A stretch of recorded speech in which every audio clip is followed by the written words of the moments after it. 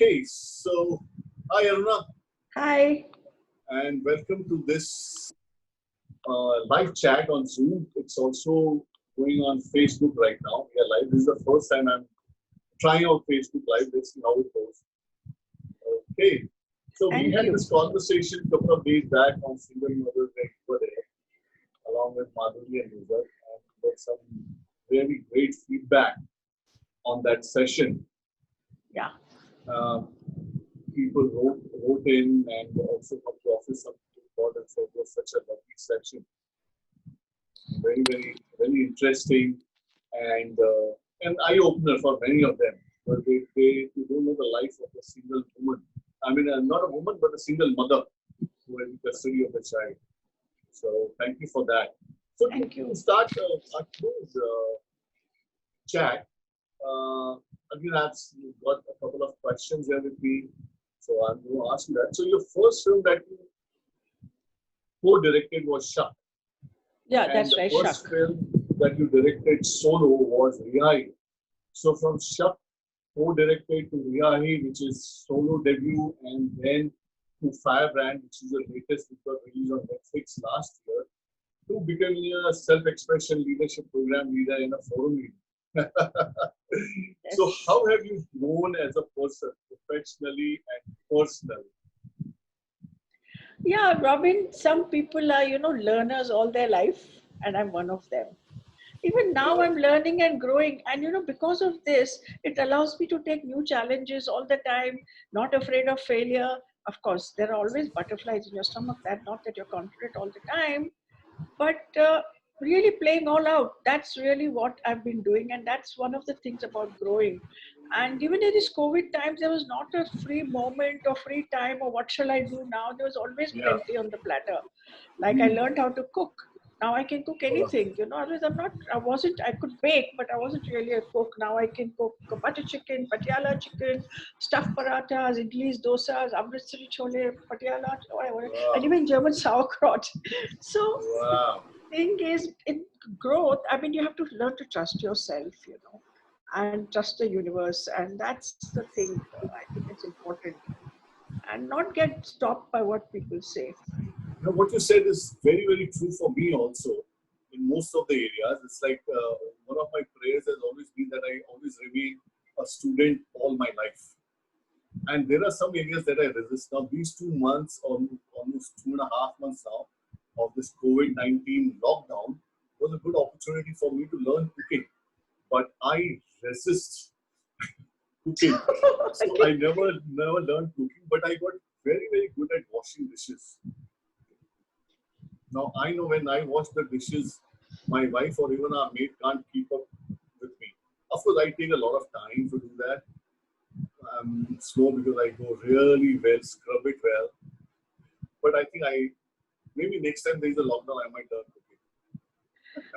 Talking about washing dishes, one of my friends said to me, a male friend, he said, I'm going to write 2 books. I said, really? You're going to writing? And he said, yeah, 100 ways of how to wash utensils and 100 ways how not to wash utensils. 2 books. Well, good for him. So anything else that you can see about your growth, right Yeah. from the time you started to where you are now? See, I don't get daunted. I mean, I love challenges. So I go places where people don't go. Like, if you have to go and do some research in the red light area. For example, in a couple of Yes. films, I was showing that. People said, don't go, madam, don't go. This is not a place for you. Send your assistant. Don't come. I said, no, I want to see everything there is to see. I will go. So, I mean, I went and whatever. I had to deal with whatever and see whatever I had to see. The thing is, I'm not afraid. Sometimes, you have to, even when I was shooting, for example, in a corporate film, going right up on the top 4 or 5 stories with the kind of a straight ladder, sometimes it wouldn't even have a safety cover, like, you have to go straight up. I would go with my cameraman and they said, why are you going, madam? You don't go. What? I said, no, if I'm going to tell my cameraman to go, then I better go. So you have to be able to, and there are people who will always comment about things, about you, about your work. But I mean, you should only care about what people who matter say to you. The rest are like barking dogs. They can't help themselves. They have to judge and evaluate and all that. And so on. It doesn't matter. And success and failure, you have to take it in the stride. That's another one. Because every Friday, Robert, when your film gets released, it's a test. And if your film goes well, oh wow, you're suddenly the talk of the town. And if it doesn't go Yes. well, nobody even bothers with you. Like there was a time when my film did well. Actually, there were so many flowers in my house people sent. There was not a place to where I can keep one more bouquet of flowers. And when my one film didn't do well, people who've been calling up, Aruna ji, aapke saath kaam karna hai. All even stars and things. You go to a party, they walk past you, they don't recognize you. I mean, this is how cruel the world is. I mean, so does it mean I have to stop making films? No. Sometimes I make better films, sometimes I make not so good, sometimes I make good, whatever. I have to keep making my films. So You it's know, like that. that is true not just with films, but anywhere that you go. If you are in sales and you have met your targets or overachieved your targets, it's very good. And the next month, the boss will again say, okay, what about your target this month? Boss, last month I overachieved. Yeah, that's gone. It's finished. What about this month? You have to keep generating, you have to keep working. Exactly. Otherwise, you can't stop. There's always another match to play. Because if you don't play That's the true. next match, you're a bigger loser. Then you have to That's sit in right. the stadium and do that. So true. Now, when we do these interventions, trainings, workshops in corporate houses, in large companies or wherever we are doing, now we look at a score of 5, right? So anything below 4.5, ऐसे लगता है office में मातम छा गया है. Absolutely. People Right? get so affected by it. That's right. So you have to ensure that your score never dips below 4.5. And yes, even if you do well, there are times the client will call and say, please don't send this facilitator. We didn't like it. And if you do well, they say, send only this person, do not send anybody else. Yeah. And if you do one, I mean, as a person who's training or facilitator, you do your best. But sometimes if it doesn't go well, they'll say, no, that person was okay, 5 workshops, okay, 6, we didn't like it, so don't send. Like you So said, you're people just only, walk past you. that's right, you're only good as your last success. And that's how the Exactly. world looks at you. But then you have to do what you love to do. And that's what drives And you, God, our actually. families are not like that. They still put up with us. Yes, absolutely. Oh my God, you can't. Oh, yes. I know. And your friends too. Most of That's why, your real that's why we friends used hang to, on. by leading seminars, I used to tell people who live with us are saints. Put up with us. Yeah, that's right. Yes. Right? So, part of my other question, you kind of answered it, but I'm really going to ask. Now, could you, from memory, recall people, places, and situations you had observed on which your characters are based?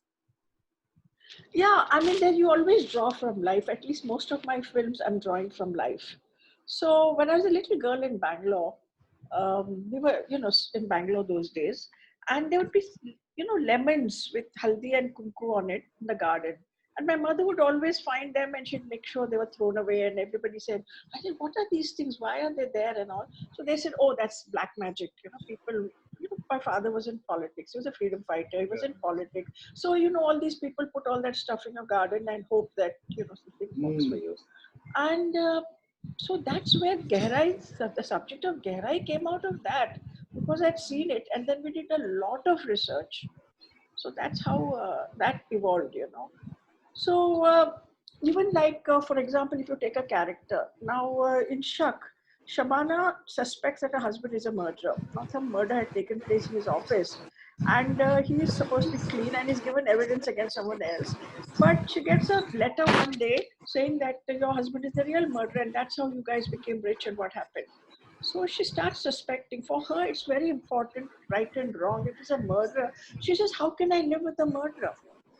So she tries to get out. If she can't divorce, because those days no one divorced, it was very bad news, and she decides to end her life. But the point is that person who cannot live with, such criminals thing or something so wrong, that character comes from. I think I could source it to myself.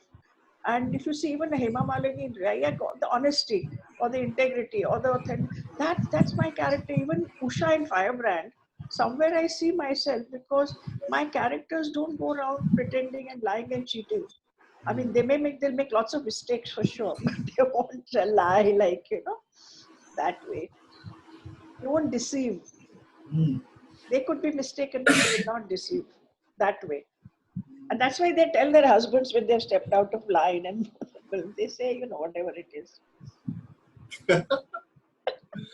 So, uh, now when you wrote your book, Freedom My Story, that also, and I've read it, and even Akshay has read it. Huh. So there's a lot of things from your life that you put into it. Yeah. So it's literally like your life unfolding in that book. Hmm. Do you want to say something on that one? How did you get the inspiration to put down your memoirs? What? Come again? What did I?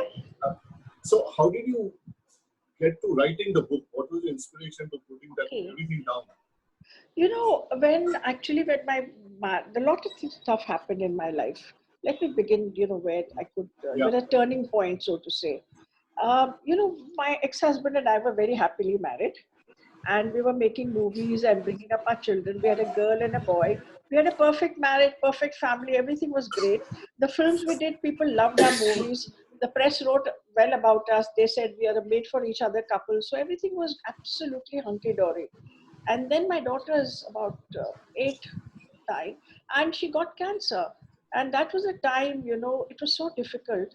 My husband actually got involved with my friend, Mm. and what happened was, but my daughter was ill. We wanted to do anything, and everything to save her life. We took her to New York Memorial Sloan Kettering Hospital, Yeah. and they sent us back with the, thought it would be a clean shit, but the infection came back. And 1 year later, from the time we had found out that she had cancer, she actually died. It was the most difficult time. And what was even worse was the very next morning, my ex-husband, he woke me up and said, I want a divorce, because they had been carrying on, he and my friend. And I was so devastated. I didn't know what to do. I was like, I didn't know how to help my little son, what to do with him. I just was mindless, so devastating. So I tried ending my life, did not succeed. So then I went to my psychiatrist friend. I said, I can't live, I can't die, I'm a super flop. What should I do? And of course, initially he medicated me. Actually, now I was afraid to even take the medication as prescribed, because I didn't want to get addicted to it. So I worked myself out of my hole, so to say, out of my depression. I started working again. And, but there's one thing that remained in all of this. And that happened much, much later, another turning point that came in my life. You see, I made Rihai because I knew I had to survive. And as a, you know, first I said no to the divorce, and then there was so much pressure. I said yes to the divorce. My mother said, "Come and stay with me, and we'll look after your child. I mean, you can. I'll even look after your 7th generation. Just come." I said, "No, mom. I want to do this on my own, and you're my back if I need anything." So I struggled. I struggled in Mumbai. Worked very hard. Brought up my son. I did all that, but I couldn't give my son a happy mother. I was such an emotional wreck. And I would generate myself and do my work. Everyone said she's so brave. I became a role model. People looked up to me. Everybody, I was on the cover story of that Savvy magazine. All of that happened, but inside I was dying. And many, many years later, I happened to get into a program called the Landmark Forum. Now there, somebody said, the leader said, that suffering is a choice. I got very upset. I said, how can it be a choice? Who wants to suffer? Impossible. Then he said, consider what I'm saying. You have chosen to suffer somewhere. And I realized I was holding on to it. In my mind, my ex-husband and my friend were to blame. They had destroyed my life. So, I had to rethink. And the most difficult thing I ever did in my life, most difficult conversation, was I actually picked up the phone. It was part of the program, complete, as they call it. And I phoned my ex-husband and I said to him, "Hey, I don't blame you for what happened. I take full responsibility for my life. Be happy." And I put down the phone and phoned her. And I said, by the time they'd gotten married, but two separate calls. And I said exactly the same thing. And my voice was quivering, my hand was trembling as I did all this. But you won't believe the magic that happened. I was totally free. I laughed. I said, sky is not the limit. I can live my life the way I want to live. So the biggest learning was letting it go and forgiving. Nobody asked me to forgive, but you have to have the generosity of your spirit to forgive other people, to forgive yourself, forgive whoever, and just get on. And finally I could give my son a happy mother. Traveling, writing, painting, teaching, whatever, everything was became possible for me. So when was the time you started actually writing the book Freedom My Story, and when did you complete it? That's right. And because of all these experiences, I thought they would be useful for people. And it has also a lot of stuff about making movies. So it was a kind of a combination where, because my life doesn't occupy the whole book, it's just a part of it, and the rest of it is about how we make movies and all that sort of stuff. And I started writing about 2 years before it was book was that was 2015 or something like that. 17, I think it came out, if I'm not mistaken. And and because actually at that time my book was written like so fast, but HarperCollins was having a change of guard, so they took their own time, and finally got done. So that's a filmmaker, writer. What you said was very true. Actually, we do say suffering is optional. In life, suffering is optional. But for many of us, that's the default mode.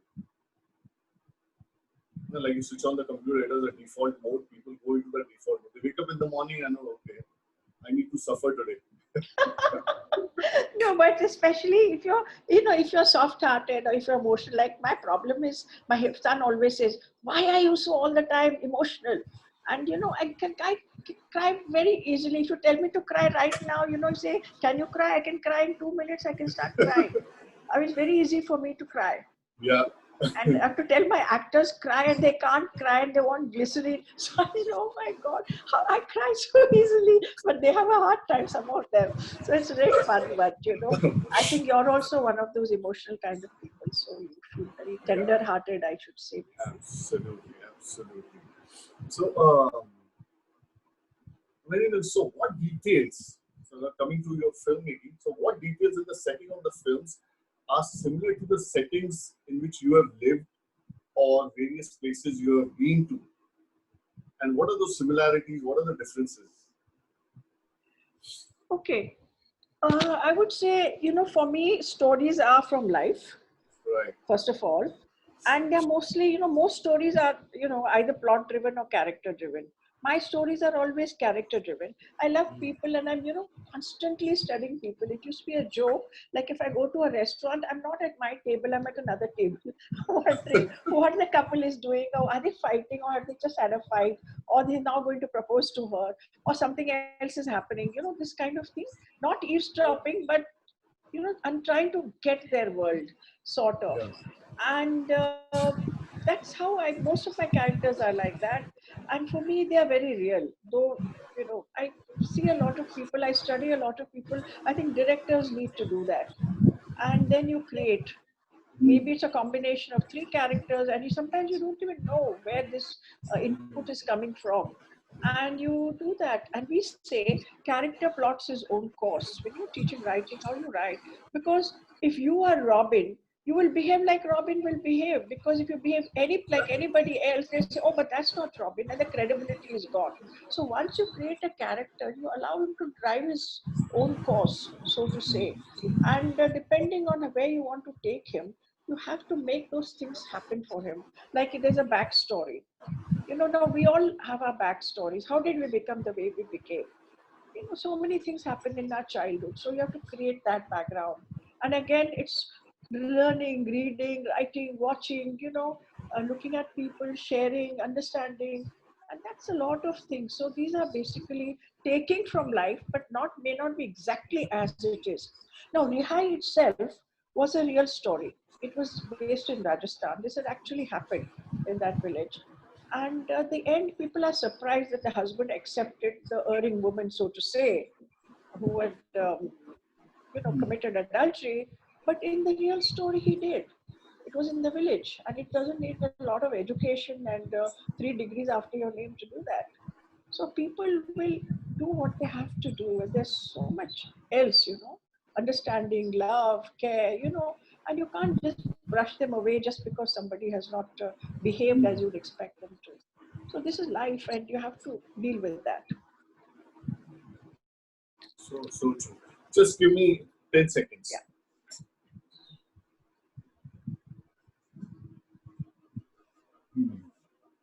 Okay, that was less than 10 seconds, I guess. Less than 10 seconds. So somewhere I was reading that depth of feeling is what makes a film worth watching. And somewhere that kind of connected. So of the many feelings expressed in your films, the various films that you've done, with which do you most identify with?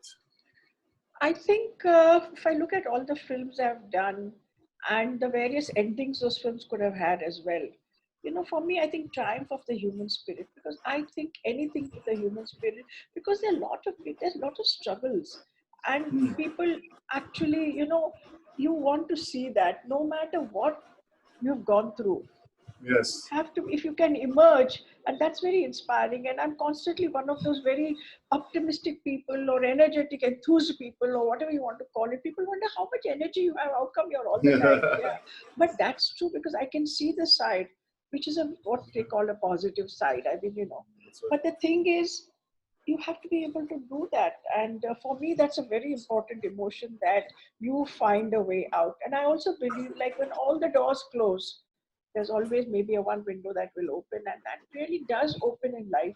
Yeah. Because Robin, I've been more than 50 years I've been making films, and I'm a freelancer, and I was bringing up a child as a single mother, we talked about. So where was I getting work? And I'm a woman in a male dominated profession, but I kept getting work, I kept getting work, I kept generating. I could stand on my own 2 feet. I never had to ask my mother for anything. The love was always there, and that was enough for me. The fact that she was there was enough for me. But Yes. this is the whole thing about the human spirit.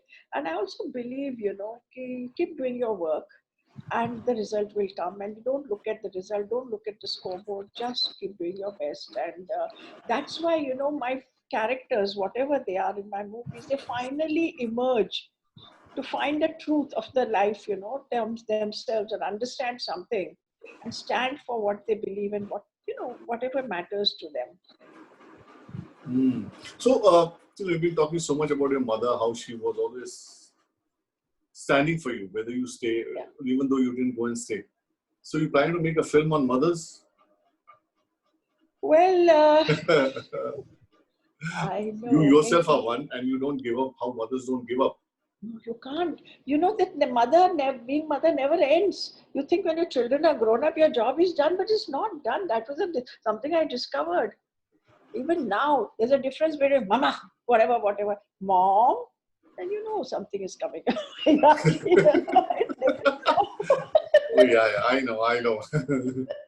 so you have to take it, and it doesn't finish ever. Because when I was married, I was in my in-laws house, so I was at the bottom of a long list of people. I was, my priority was, very much at the bottom of the list. And then after the divorce happened, secondly, I was number 2 in my life, and I couldn't deal with it. I said, I don't have to ask anyone anything, I don't have to tell anyone anything, I don't have to consult anyone anything.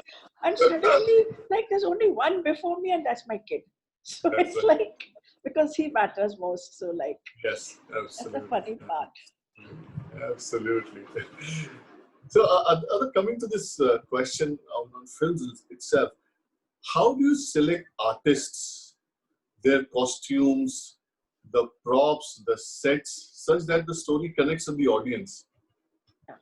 I think, as I said, characters. So what's the kind of homework you do on that? Lot of homework. See, first of all, you must know your character. Then you talk to your actor, and you actually do something like a character imbibing session with the actor. Now you have to know everything about your character, the physical characteristics, the psychological characteristics, the emotional quotient, mental makeup, financial background, backstory, the environment where the character grew up, Hmm. and what is the religion, what is the environment, are they, those family are believers, which god do they believe in, do they have any rituals in the house, and what kind of street that guy must be living in, what school he went to.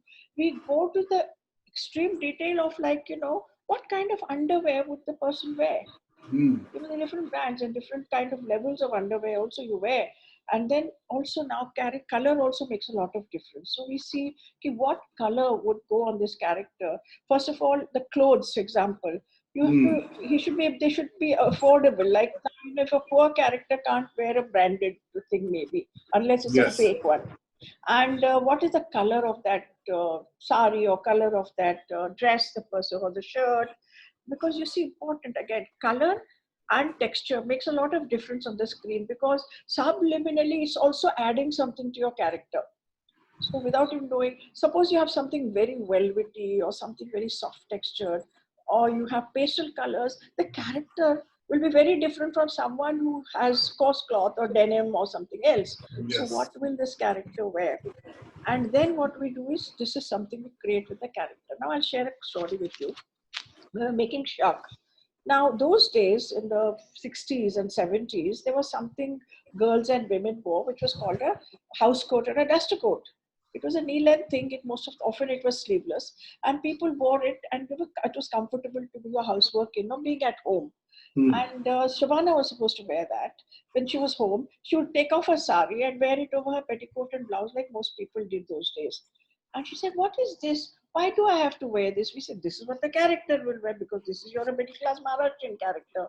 She said, "Oh, really? Oh, I wonder," and all this. So we said, "All right, let's not wonder. We'll just take a chance." So we went off to somebody's house in the middle of the afternoon, in the Maharashtrian household. We went to them and rang the bell. And the lady of the house opened the door in those very same costume that we were talking about.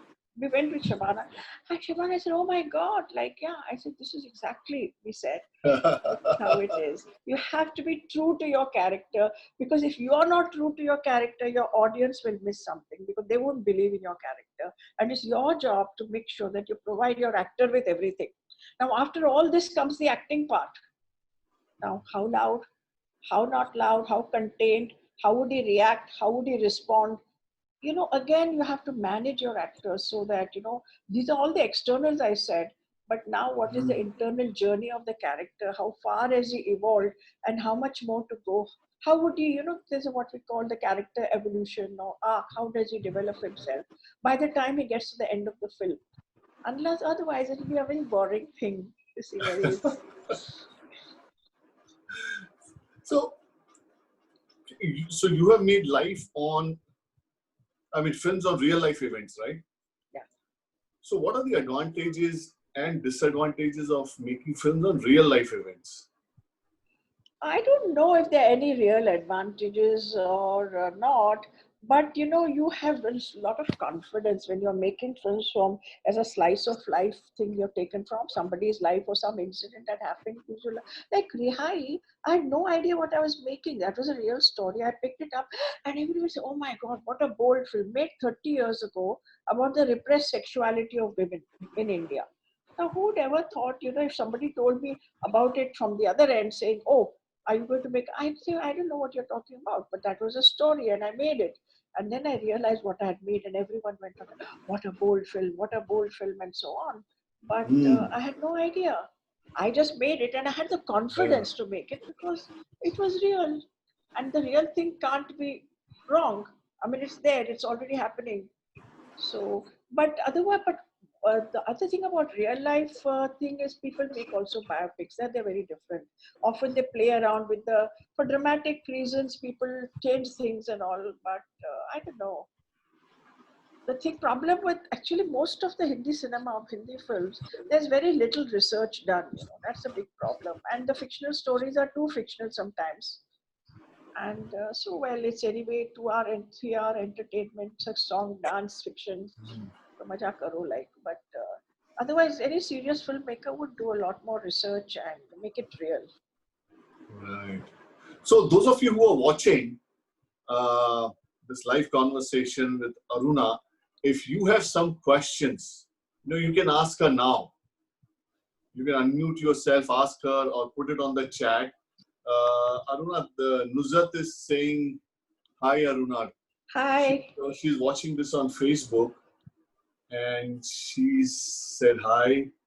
Then another colleague, Anupama, is saying hi, Robin and Aruna Rajeji. Hi. Then another niece is saying hello, Robin uncle. Hi. So it's good on Facebook. Hi. Hi. Hi. Go ahead. Ma'am, I have a question. Mm-hmm. From what I hear about your journey and the films that you like to make, there's so much authenticity. The narrative is so rich with the realness of life, right? Like, Yeah. and generally what happens with, like you said, Bollywood movies is that, firstly, not Bollywood but Indian cinema, is that there's so much so less research about what really is happening, right? So I think in the last decade we've come to a culture of watching movies which is just about a very typical subset of people of privilege, and they have a certain class and they have had a certain kind of education, they speak in a Yeah. certain way, they dress in a certain way, right? So what would you say to people who are not just aspiring filmmakers but who are the audiences, about how they can really be very aware when they are watching cinema, about how to pick movies also, and how to, because the more we pick movies which are just about this particular thing, the more movies like Dabang, or a particular kind of movie gets made, because that's what is earning the money, right? So what would you say to the audience about picking a film which is also taking into the real problems, real lives of people, like. See, when I've been around 50 years plus now making films. And when we started out, there was already films happening.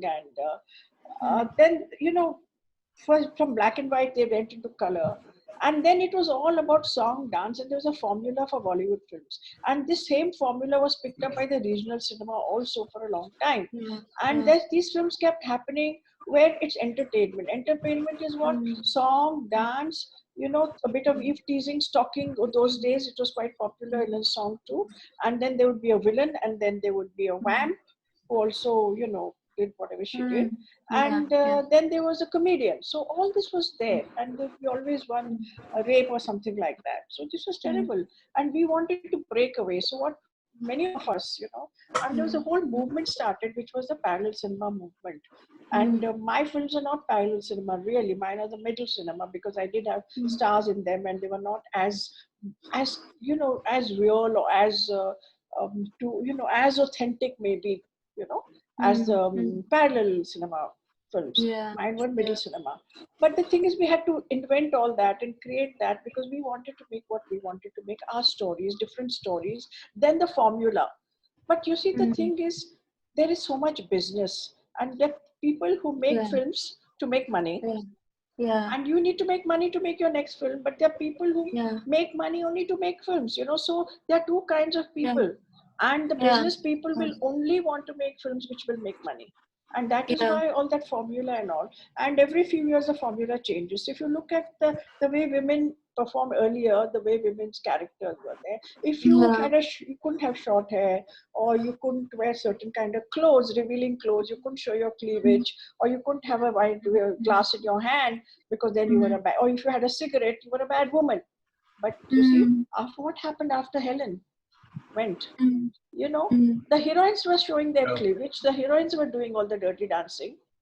Yeah, yeah, And yeah, see, and the new formula was have lots of sex and violence. yeah, yeah. So, but coming to the audience, I think in the last so many years, in the last 10, 15 years, a lot Mm, has changed. People have woken up to the fact, simply, first of all, earlier there were only the theaters, and whatever was given to us. You know, we had to see, and they would always say, the distributors and producers would say, oh, the public wants this, that's why you have to make this. If the public wants, public never sat down and said, give us this rubbish. I'm just saying that, you know, so they would blame the public. But when the satellite TV opened up and people started watching foreign films, and then, you know, there were all the other places, and then the OTT platforms came much later, and the net, you can watch any film on the net. So that actually allowed people to realize the difference between these good cinema, bad cinema. I mean, you know, it's whatever people that take us for every kind of cinema. So at least people had a choice.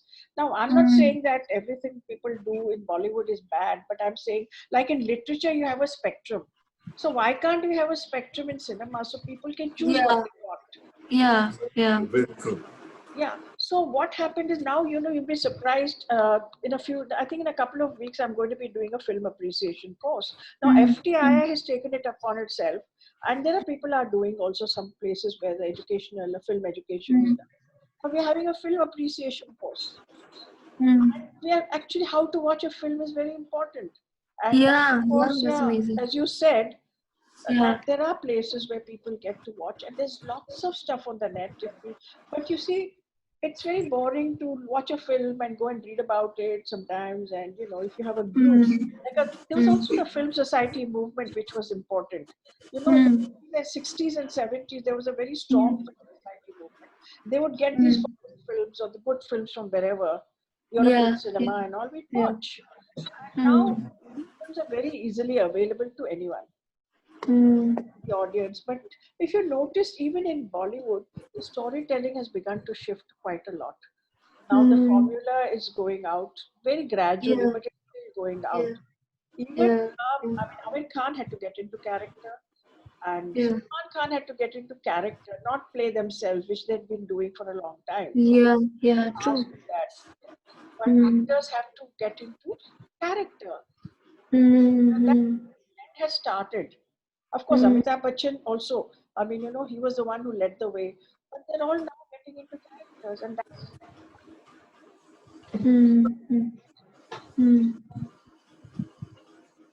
I hope this has answered your question. Yes, it has. It's been really enlightening. Thank you so much for taking so much time to answer my questions. Thank you. Story of 50 years.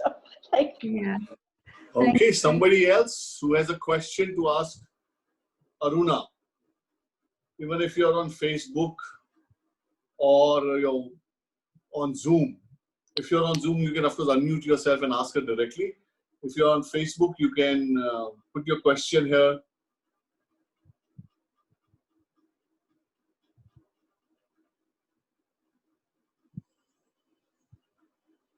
There are a couple of people on Facebook, but I don't see any questions though. So anyway, so let me go ahead, Aruna. Yeah.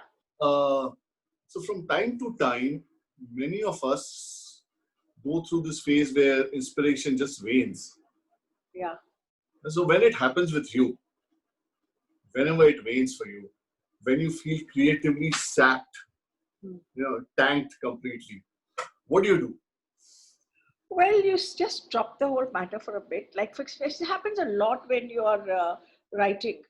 Suddenly you come to a block, writer's block or dead end, and you don't know what to do, you don't know where to go. Suddenly you're stuck. Just let it be. Take a break. They said, smile to yourself, say, oh, time to take a break. Go and have your coffee. Take a little walk. Take something. Or, you know, sometimes you don't find the answer or solution to something in your writing, especially. And then in that case, sleep on it. And after 2 days, you get the answer. Sometimes in the middle of the night, you know, suddenly you wake up and you get this very good brainwave. And I found that if I don't get up, switch on the light, take my pen, which is right next to the bed, and write it, I've lost it. I've lost so many good brainwaves in the night like that. So now it's a regular thing. Keep a pen and pad next to you. The minute you get it, just go and just scribble. Doesn't matter. You'll get the whole thing. And but it's natural, you know, to say. But when you're shooting, you can't afford to do that. You have got a set of the minimum 30 to 150 people on your sets, and you can't let your energy sap. You have to just go. I mean, you might be having the most. Sometimes, you know, you have aches and pains like everybody else. It could be your back, which I used to have a lot of back problem, and could be a leg, it could be anything. But then you have to go on. Only when you say pack up, Then you can like, oh, ready to collapse, but you have to. So what you said is you have these brain waves at night and you wake up. So what happens to your sleep if you get about 7, 8 brain waves? I haven't got 7, 8 days. You know, at an interval of about 45 minutes or so. No, I don't get 7, 8 waves, but once in a while, you have to get up sometimes to go to the loo or something like that. But you don't get so many brain waves one crashing one after the other. But you get a lot of brain waves on the pot, if you've noticed. That's a very Yes. good place to think. Yes, yes. You know, I call that place Shanti Niketan. I must share this with you. Yes. Very interesting about getting these ideas in the toilet. When the institute, there's a diploma film to be made at the end of the course, and the last 4, 5, 6 months you make that. And Vikas and I were, that is my ex-husband, were working on the same film, and the film was called Perhaps Tomorrow. It was about a girl, short film, about 20, 30 minutes or something. The girl is getting ready to go to a party, and she's constipated. So she says, I'll try one more time, and she goes and she sits on the pot. And then she says, she starts thinking, and starts thinking about all kinds of things. She thinks about the poor, she thinks about how people are so inauthentic, people are wearing masks. So she thinks of a party she's going for, and everybody is wearing masks. You don't know who's who and what are they saying, and it's all lies, it's all, she imagines that. And then she sees remembers all the gossiping in the beauty parlor. Then she sees all the poor people, and what are they dealing with? And then, that time there was a Times cover on the Time magazine, Is God Dead?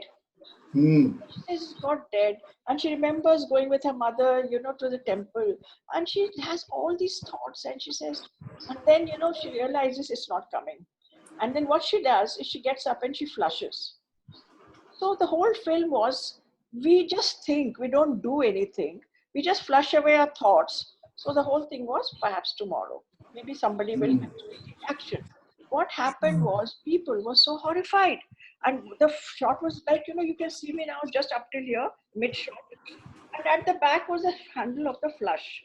We never showed the girl removing her panty. We never showed her legs, thighs, nothing. All you saw was this much, what you're seeing now, and the flush handle at the back. And they said, how can you show an Indian girl in a toilet? People were so crazy. It went to Parliament, discussed in Parliament. If a film institute is doing what, they're showing all these things and all. And then the film was buried, whatever. And by chance, this film went to some festival abroad and it won something. And then again, the film came out again, and we say, oh, this is. Yeah, if it wins an award outside of India, then it has Some certain weightage. value. But Yeah, that's how true. people get so kicked about those things. And now they see so much sex on the OTT platforms that there's nothing left to the imagination. That's But right. imagine that was how it was. This was in 1969. How can show an Indian girl in that toilet cover? She's not doing anything. She didn't even get it. I mean, she's still constipated when she left. Well, you definitely left the parliamentarians constipated with it. So these are things that you have to deal with. You never know. Kabhi googly kahan se aayega. That's true. That's true. So that takes us to the next one. So what, in your opinion, is the most important quality of a filmmaker? I think the 2 or 3 things I will say. One is the ability to observe, study life. That's very important. And you have to know people, you have to know life, otherwise you can't make films. Absolutely. And another thing is a leadership quality, is you're able to lead, inspire people. You've got so many people on your sets. Now everybody is making a living, sure, but if you inspire them, they'll give you that extra. And that's going to make your film work. That's going to make your film a cut above other films or what it could be, like that's leadership. You're taking people along, inspiring them, standing for them when it's required, all the leadership qualities, and that's important. And I think the other thing I think is important is the ability to innovate, create where there's nothing, sometimes think there's a breakdown.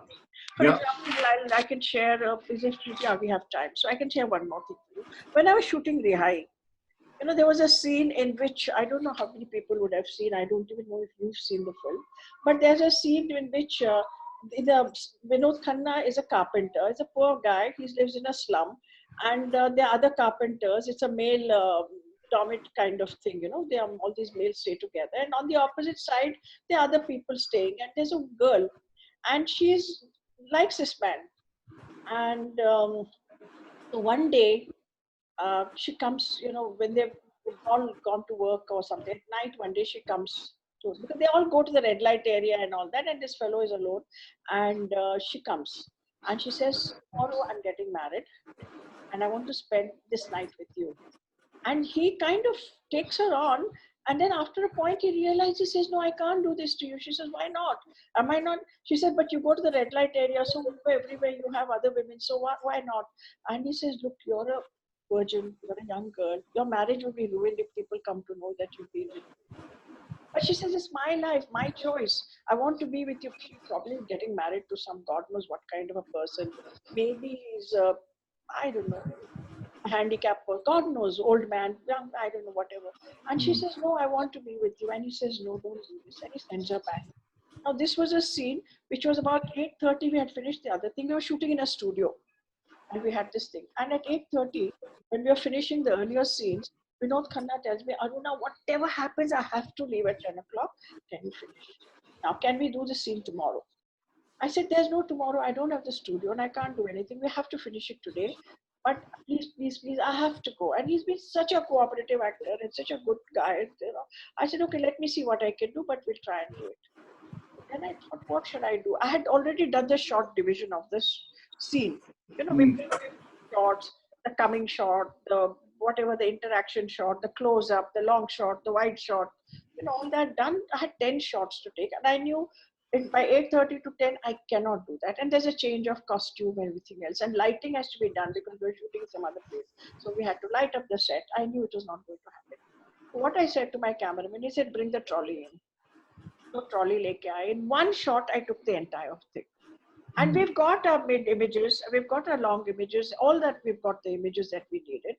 And so what I did was, I asked him to change. I rehearsed the whole thing with my camera person. He quickly lit it up. I rehearsed it with Vinod Khanna. I played the girl, and with the girl, I played Vinod Khanna. So while everybody was doing whatever, we rehearsed the entire thing and we started to put the shot. And 10 o'clock, the shot was done. I said, okay, done, cut it. You know, you say action and all that. And finally say, cut it. I said, we are done. Thank you. He said, no, Aruna, I want one more take. I think I can do this better. You know, so I said, Vinod, it's 10 o'clock. You have to go. He said, no, but give me one more take. And then we did that one more take. So you have to be so much presence of mind to be able to innovate, to move things, to get things going and get the job done. Since you're talking about innovate and friends of mine, one question suddenly came to me was, somebody had years ago told me that films is made on an editing table and a direction table. Now that's, I mean, somebody said it and it was okay, fine. So you can throw some light on that one. Yes, films, I believe personally, films are made on the editing table because everything you shoot is like raw material. Now, you know, if suppose I've been talking so much, now you've been talking and the people are listening. So if you were to edit it, you will show a part of my talking on my face, a part of it you listening. Now you're nodding your head. Somebody is also doing whatever, how they are listening. So Yes. you know, that is how we edit and make a scene interesting. Because if you only had my picture going on, yak, yak, yak, it'd be very boring. Even Amitabh Bachchan or any actor in any character, you can't watch them endlessly. After a time, there is an attention span and your mind begins to wander. You actually look away, you get distracted. So you have to know where to cut the shot. You have to cut the shot before I say it dies on you. Beyond the point, you know, there's a point where, you know, you heard, listened, looked at something maybe very beautiful, maybe very sexy woman also. Beyond the point, after that you've seen it all, yeah, then you turn away. So I'm saying you have to cut it. And the editor is responsible for the way the story eventually is told in terms of the timing, you know, how much. And, you know, we edit to the precision of 1/24th of a second. And imagine how much that might be. We have major fights in the editing room, whether to keep one frame or not. Now, we say that 24 frames, still pictures in 1 second. And whether to keep one frame more or one frame less, fights in the editing. That's the precision with which we work as editors. And I love editing because I think that was my first basic training. And I think that makes the whole film, the way the film occurs, the way film unfolds is really. Wow. Wow. That's so wonderful. I was just looking at if somebody is asking a question somewhere. Okay. So anyone who's watching this live, you have a question to ask Aruna, please go ahead.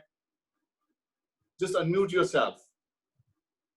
Or if you're watching it on Facebook, you can type it there.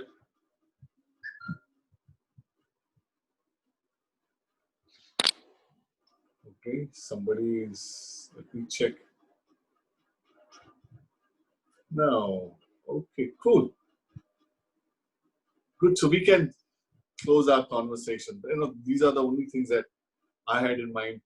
You want to say something to the people who are watching, Aruna? Well, first of all, thank you for watching, because I know people, I mean, in India and all the world over, films are so important, films are so important because we say films reflect society and, and society also picks up stuff from films. So it works both ways. I mean, you can't say only because of this. And people actually blame movies when things go wrong and say, oh, wo film wo hua tha, isliye aisa ho raha hai and all. No, but actually we draw a lot from society. It's one story, and then it may not be everybody's story, but there is a story there. And I think this will always be, I think it's one of the, I think it's a nasha, I will say it's an intoxication. It's crazy because, see, I mean, we wouldn't have made it through COVID times if it wasn't for movies. And everyone loves a story. All I have to say is, Robin, you know what happened yesterday? You say, what? And there begins the story. People love stories. That is It may not be a movie, but stories are very important. I mean, we all have survived as a civilization and all with stories. So there'll always be stories. Every person has millions of stories. Everyone has stories of their own. Yeah, completely. And we have been doing that since we were kids. That's right. Absolutely. Making up stories all the time. Right. It was such a lovely conversation. So Aruna, with that, we'll close this live chat. So thank you very much. It's been such a pleasure connecting with you. Thank you so much. I've enjoyed talking. It's not like, but it's really been nice. Thank you so much. And everyone who's watching this, either on Zoom or on Facebook, thank you very much. Thank you, everyone. Bye-bye. Good night. Bye. Good night.